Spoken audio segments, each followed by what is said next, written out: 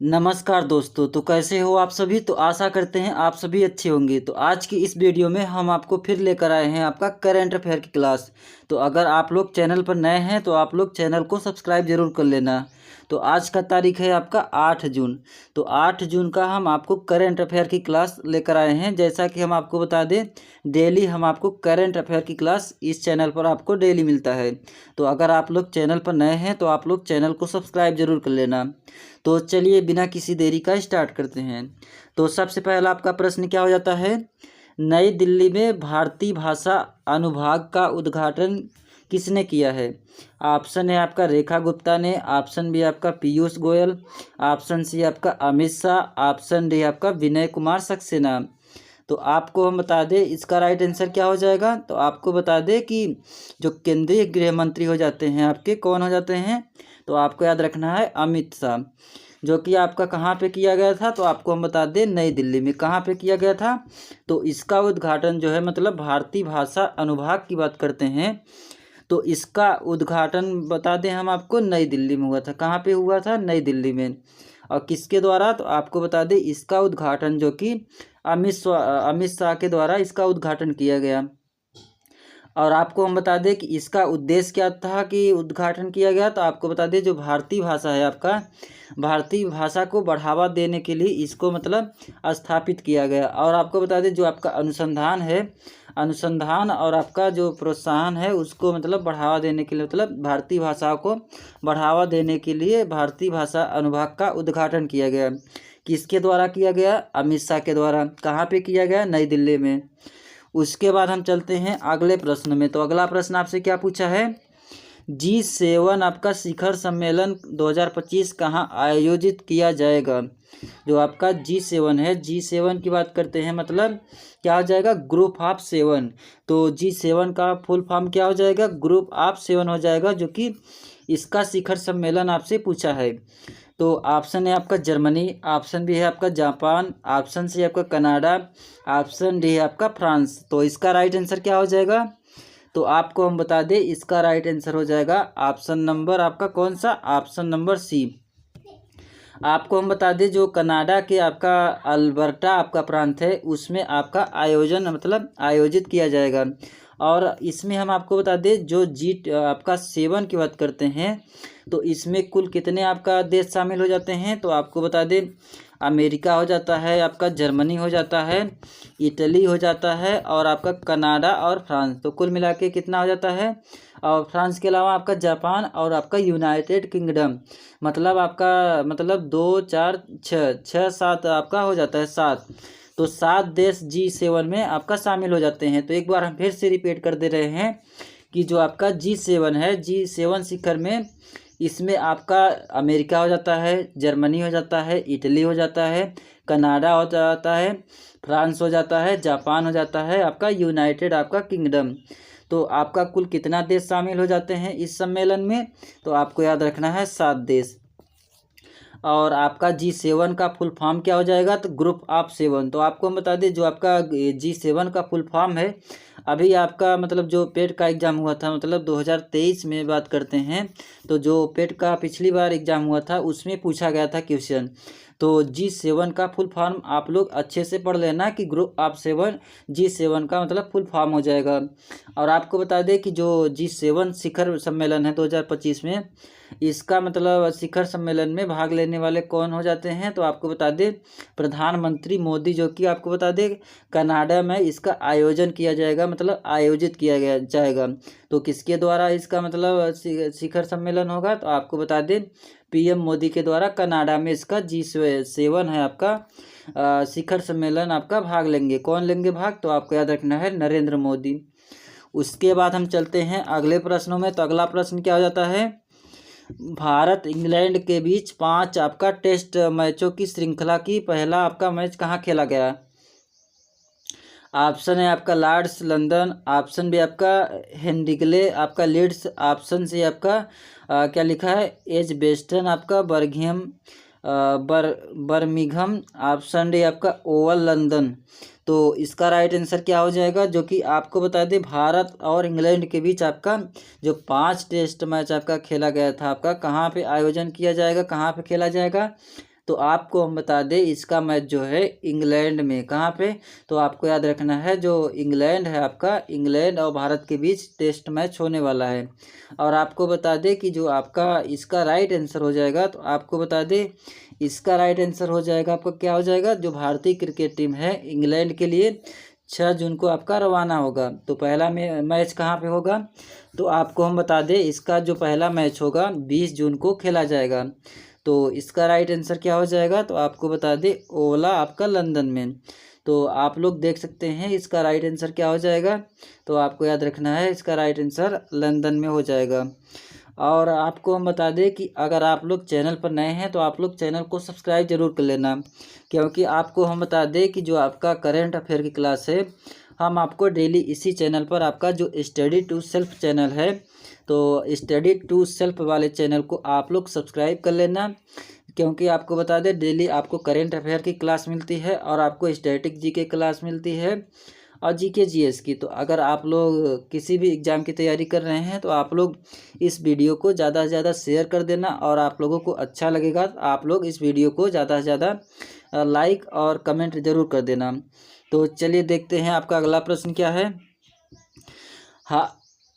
हाल ही में जो आपका किस संस्थान ने एक ऐसा आपका जो क्या लिखा है, नैनोजाइम आपका विकसित किया गया, नैनो आपका जाइम की बात करते हैं, विकसित किया गया है जो अधिक रक्त थक्का बनाने में रोकता है। तो ऑप्शन है आपका आईआईटी दिल्ली, ऑप्शन बी आपका आईआईएससी बेंगलुरु, ऑप्शन सी है आपका आईआईटी कानपुर, आईआईटी मद्रास।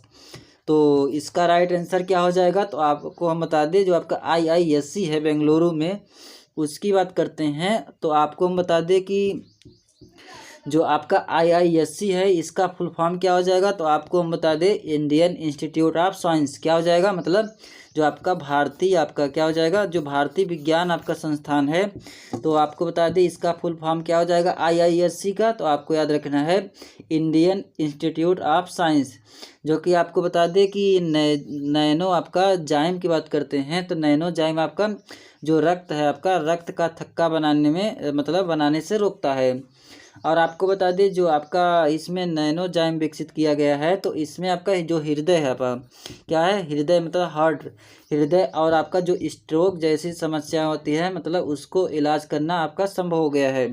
तो किसके द्वारा, तो आप लोग देख सकते हैं आईआईएससी बेंगलुरु के द्वारा। तो आप लोग जगह देख सकते हैं कि बेंगलुरु शहर में, कहाँ पे, बेंगलोर शहर में। उसके बाद हम देखते हैं आपका अगला प्रश्न क्या हो जाएगा। तो अगला प्रश्न है आपका राष्ट्रीय ई गवर्नेंस पुरस्कार 2025 में स्वर्ण पुरस्कार किस ग्राम पंचायत को मिला है। ऑप्शन है आपका पश्चिम, क्या लिखा है, पश्चिम आपका माजली सिरपुर, क्या लिखा है, तो आपको याद रखना है त्रिपुरा। ऑप्शन बी आपका रोहिणी महाराष्ट्र, ऑप्शन सी आपका विकास नगर उत्तराखंड, ऑप्शन डी आपका इनमें से कोई नहीं। तो जो आपका इसका राइट आंसर हो जाएगा, तो आपको बता दें इसका राइट आंसर हो जाएगा कौन सा, तो आपको याद रखना है जो राष्ट्रीय ई गवर्नेंस पुरस्कार 2025 में बात करते हैं, जो स्वर्ण पुरस्कार आपका मिला था 2025 में किसके लिए, तो जो आपका ग्राम पंचायत है, मतलब ग्राम पंचायतों की जो डिजिटल आपका पहल है किस जगह पे, तो आपको याद रखना है जो आपका रोहिणी है, रोहिणी कहाँ पड़ता है, तो आपको याद रखना है महाराष्ट्र, महाराष्ट्र की राजधानी मुंबई हो जाती है। तो इसका राइट आंसर हो जाएगा ऑप्शन नंबर बी। और अगर इसमें हम आपसे एक क्वेश्चन पूछते हैं कि जो आपका ग्राम पंचायत है, ग्राम पंचायत इसमें बात की गई है, तो जो आपका पंचायती राज है आपका, पंचायती राज की बात करते हैं, तो पंचायती राज दिवस कब मनाया जाता है, तो आपको याद रखना है 24 अप्रैल, किस तारीख को, तो आपको याद रखना है जो आपका पंचायती राज है आपका किस दिवस मतलब किस तारीख को मनाया जाता है दिवस, तो आपको याद रखना है 24 अप्रैल को पंचायती राज दिवस मनाया जाता है। और आपको बता दें जो आपका राष्ट्रीय ई गवर्नेंस पुरस्कार है 2025 का, तो ग्राम पंचायत के लिए स्वर्ण पुरस्कार मिला है, किस राज्य के लिए, महाराष्ट्र के लिए। और इसमें एक और कौन सा पुरस्कार मिला है, तो आपको बता दें त्रिपुरा को तो रजत पुरस्कार, कौन सा, तो आपको याद रखना है जो आपका रजत पुरस्कार है किस राज्य के लिए मिला है, त्रिपुरा के लिए। और आपको हम बता दें जो आपका इसमें स्वर्ण पुरस्कार है आपका, तो इसमें राशि कितना दिया जाता है, पुरस्कृत कितना किया जाता है, कितना राशि दिया जाता है, तो आपको हम बता दें 10 लाख, कितना 10 लाख रुपया मतलब इस पुरस्कार के तहत आपको मिलता है। तो जो आपका राष्ट्रीय ई गवर्नेंस पुरस्कार है आपका 2025 में ग्राम पंचायत को आपका किस राज्य के लिए मिला है, तो आपको याद रखना है जो आपका रोहिणी है आपका महाराष्ट्र, उसके लिए मतलब इस राज्य के लिए आपका मिला है। उसके बाद हम चलते हैं अगले प्रश्नों में। तो अगला प्रश्न आपका क्या हो जाएगा, हाल ही में केंद्रीय आपका अन्वेषण ब्यूरो मतलब सीबीआई की बात करते हैं, नया निदेशक कौन बने हैं। तो बात करते हैं सीबीआई, तो सीबीआई का फुल फॉर्म क्या हो जाएगा, तो आपको हम बता दें सेंट्रल ब्यूरो ऑफ इन्वेस्टिगेशन, जो कि इसका मुख्यालय मतलब हेडक्वार्टर आपको बता दें तो कहाँ पे हो जाएगा, तो आपको याद रखना है नई दिल्ली में। तो अगर आपसे कोई पूछेगा कि सीबीआई का मुख्यालय कहाँ पे है, मतलब केंद्रीय अन्वेषण आपके ब्यूरो का मुख्यालय कहाँ पे है, तो आपको याद रखना है नई दिल्ली में। और इसका फुल फॉर्म क्या हो जाएगा, तो सेंट्रल ब्यूरो ऑफ इन्वेस्टिगेशन हो जाएगा इसका फुल फॉर्म।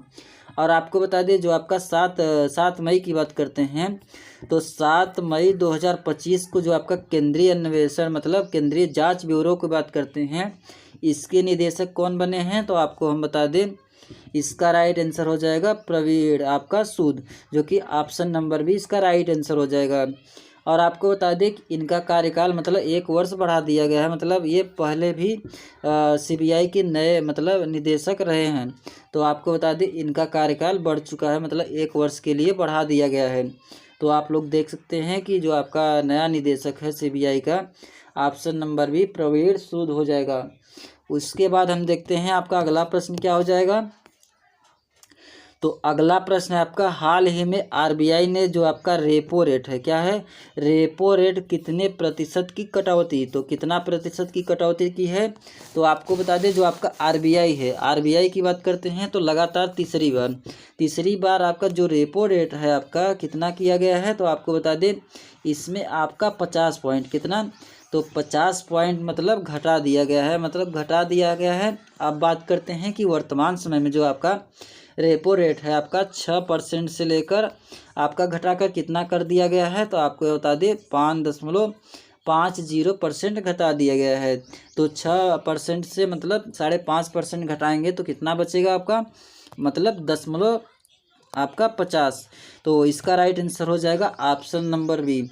तो आपको हम क्या बताएं कि आरबीआई का रेपो रेट में कितने प्रतिशत की कटौती की गई है, तो आपको हम बता दें 10.50%, कितना 10.50%। उसके बाद हम देखते हैं आपका अगला प्रश्न क्या है। तो अगला प्रश्न हो जाता है आपका, हाल ही में जो आपका रेलवे सुरक्षा बल मतलब आरपीएफ के नए निदेशक कौन बने हैं। तो आरपीएफ की बात करते हैं तो आरपीएफ के नए निदेशक आपके मनोज यादव हो जाते हैं। क्या हो जाते हैं, तो आरपीएफ की बात आई है तो आरपीएफ के बारे में हम आपको थोड़ा बहुत डिटेल बता देते हैं। जैसे कि आपका हो गया फुल फॉर्म, आपको बता दें रेलवे प्रोटेक्शन फोर्स, क्या हो जाएगा आरपीएफ का फुल फॉर्म, तो आपको याद रखना है रेलवे प्रोटेक्शन फोर्स। और इसका हेडक्वार्टर कहाँ पे हो जाएगा, तो आपको हम बता दें इसका हेडक्वार्टर कहाँ पे होगा, तो आपको हम बता दें नई दिल्ली में। कहाँ पे हो जाएगा, नई दिल्ली में इसका हेडक्वार्टर हो जाएगा। और बात करते हैं कि आरपीएफ मतलब रेलवे सुरक्षा बल जो है आपका, इसका स्थापना, तो आपको बता दें स्थापना हो जाएगा 20 सितंबर कौन से सन में, तो आपको याद रखना है सन आपका 1985 में। तो आप लोग सन और तारीख जरूर रट लेना, क्योंकि जो आपका आरपीएफ है, आरपीएफ का जो है स्थापना 20 सितंबर 1985 में इसका स्थापना किया गया था। हेडक्वार्टर कहाँ पे है, नई दिल्ली में। और इसका फुल फॉर्म क्या हो जाएगा, तो रेलवे प्रोटेक्शन फोर्स हो जाएगा। और आपको बता दें कि जो मनोज यादव हैं इसमें आरपीएफ के नए निदेशक बने हैं, तो ये पहले रह चुके हैं हरियाणा के पुलिस आपका निदेशक। तो हरियाणा के निदेशक मतलब पुलिस निदेशक भी रह चुके हैं। उसके बाद हम देखते हैं आपका अगला प्रश्न क्या हो जाएगा। तो दोस्तों अगर आप लोग चैनल पर नए हैं तो आप लोग चैनल को सब्सक्राइब जरूर कर लेना। अगर आप लोगों को हमारी क्लास अच्छी लगती होगी तो एक प्यारा सा कमेंट करके आप लोग ज़रूर बताना कि आप लोगों को क्लास हमारी कैसी लग रही है। तो अगर आप लोगों को हमारा समझाना अच्छा लग रहा होगा तो आप लोग इस वीडियो को ज़्यादा से ज़्यादा शेयर ज़रूर कर देना अपने दोस्तों में। तो चलिए देखते हैं आपका अगला प्रश्न क्या है। हाल ही में किस राज्य के राजा आपका खास गांव को पहला सौर मॉडल गांव घोषित किया गया था? तो पहला जो आपका सौर मॉडल गांव घोषित किया गया था कौन सा राज्य हो जाएगा? गुजरात होगा कि महाराष्ट्र होगा कि हिमाचल प्रदेश की राजस्थान? तो आपको हम बता दें इसका राइट आंसर हो जाएगा हिमाचल प्रदेश। कौन सा हो जाएगा? तो आपको याद रखना है हिमाचल प्रदेश। और आपको बता दें जो राजा खासगांव था मतलब इसको जो है पहला आपका सौर क्या हो जाएगा, जो पहला सौर आपका मॉडल गांव है इसमें आपका घोषित किस राज्य को किया गया है? तो आपको हम बता दें हिमाचल प्रदेश को। और इसका उद्देश्य क्या था घोषित करने का? तो आपको बता दें जो आपका स्वच्छ ऊर्जा को बढ़ावा देना क्या है, इसका उद्देश्य था कि स्वच्छ ऊर्जा को मतलब बढ़ावा देना। इसलिए इस मॉडल को मतलब राजा खास गांव को पहला सौर मॉडल घोषित किया गया है। किस राज्य को? तो आपको हम बता दें हिमाचल प्रदेश को। उसके बाद हम देखते हैं आपका अगला प्रश्न क्या हो जाएगा। तो अगला प्रश्न है आपका दक्षिण भारत क्या लिखा? दक्षिण भारत के किस राज्य ने अपने कर्मचारियों को 5 लंबित महंगाई भत्ते में आपका 2 का भुगतान करने का फैसला किया है? तो एक बार हम फिर से आपको बता दे रहे हैं कि क्वेश्चन आपसे पूछा क्या है। तो आपका दक्षिण भारत के किस राज्य में आपका अपने कर्मचारियों को 5 लंबित महंगाई भत्ते में से 2 भुगतान करने का फैसला लिया है? कौन सा राज्य हो जाएगा? कर्नाटक होगा कि तेलंगाना होगा कि तमिलनाडु कि आपका आंध्र प्रदेश? तो आपको हम बता दें इसका राइट आंसर क्या हो जाएगा। तो आपको बता दें ऑप्शन नंबर कौन सा हो जाएगा? तो आपको बता दें तेलंगाना हो जाएगा। क्या हो जाएगा? तो आपका राइट आंसर हो जाएगा तेलंगाना। तेलंगाना की बात करते हैं तो यहाँ के सीएम कौन हो जाते हैं? तो आपको हम बता देते हैं कि सीएम कौन हो जाते हैं? रेवंत रेड्डी। कौन हो जाते हैं? तो आपको बता दें रेवंत रेड्डी यहाँ के सीएम हो जाते हैं। कहाँ के? तेलंगाना के। और तेलंगाना की राजधानी क्या हो जाएगी, कैपिटल क्या हो जाएगी? तो आपको याद रखना है हैदराबाद। कहाँ पे? तो आपको याद रखना है जो तेलंगाना की राजधानी है हैदराबाद हो जाएगी। और आपको बता दें कि भारत में जो है आपका वर्तमान समय में 28 राज्य है। तो अगर हम आपसे पूछते हैं कि 28वां राज्य कौन सा हो जाएगा? तो आपको याद रखना है जो आपका तेलंगाना है आपका 28वां राज्य भी हो जाता है। इसलिए आपको इम्पॉर्टेंट चीज़ आपको हम जो बता रहे हैं आप लोग कॉपी में नोट करते जाइए, क्योंकि जो आपका तेलंगाना है तेलंगाना के सीएम को क्या बताएं? रेवंत रेड्डी। और यहाँ की कैपिटल क्या हो जाएगी? हैदराबाद। और आपका 28वां राज्य भी है भारत का। तो आप लोग देख सकते हैं कि इसका right answer option number B Telangana हो जाएगा। उसके बाद हम देखते हैं आपका अगला प्रश्न क्या हो जाएगा। तो अगला प्रश्न आपका हाल ही में किस देश ने जो आपका क्वाड स्पेस एक्ट है आपका पेश किया गया था, जिसका उद्देश्य क्या था? क्वाड देशों के बीच आपका अंतरिक्ष सहयोग को मजबूत करना। तो सबसे पहले हम आपको बता देते हैं कि जो आपका QUAD मतलब क्वाड में कुल कितने देश शामिल हो जाते हैं। तो आपको बता देते हैं कि जो आपका क्वाड है क्वाड में आपका 4 देश शामिल हो जाते हैं, जैसे कि आपका भारत हो जाता है, उसके बाद अमेरिका हो जाता है, और आपका जापान हो जाता है, और आपका ऑस्ट्रेलिया हो जाता है। तो कुल कितने देश क्वाड में हो जाते हैं? तो आपको याद रखना है क्वाड में शामिल देश कितने हो जाते हैं? 4 देश। तो अगर आपसे कोई पूछता है कि जो आपका क्वाड स्पेस एक्ट पेश किया गया था कौन से देश के द्वारा, तो आपको याद रखना है इसका राइट आंसर क्या हो जाएगा? अमेरिका ने। कौन सा हो जाएगा? तो आपको याद रखना है अमेरिका ने मतलब क्वाड स्पेस एक्ट को पेश किया था। और इसका उद्देश्य क्या था कि क्वाड स्पेस एक्ट लाने का? तो आपको हम बता दें जो इसका उद्देश्य था, क्वाड देश की बात करते हैं तो जो आपका देशों के बीच आपका अंतरिक्ष आपका सहयोग था उसके समझौते के लिए मतलब किया गया था, मतलब उद्देश्य लाया गया था। तो क्वाड में कुल कितने देश शामिल है? तो 4 देश।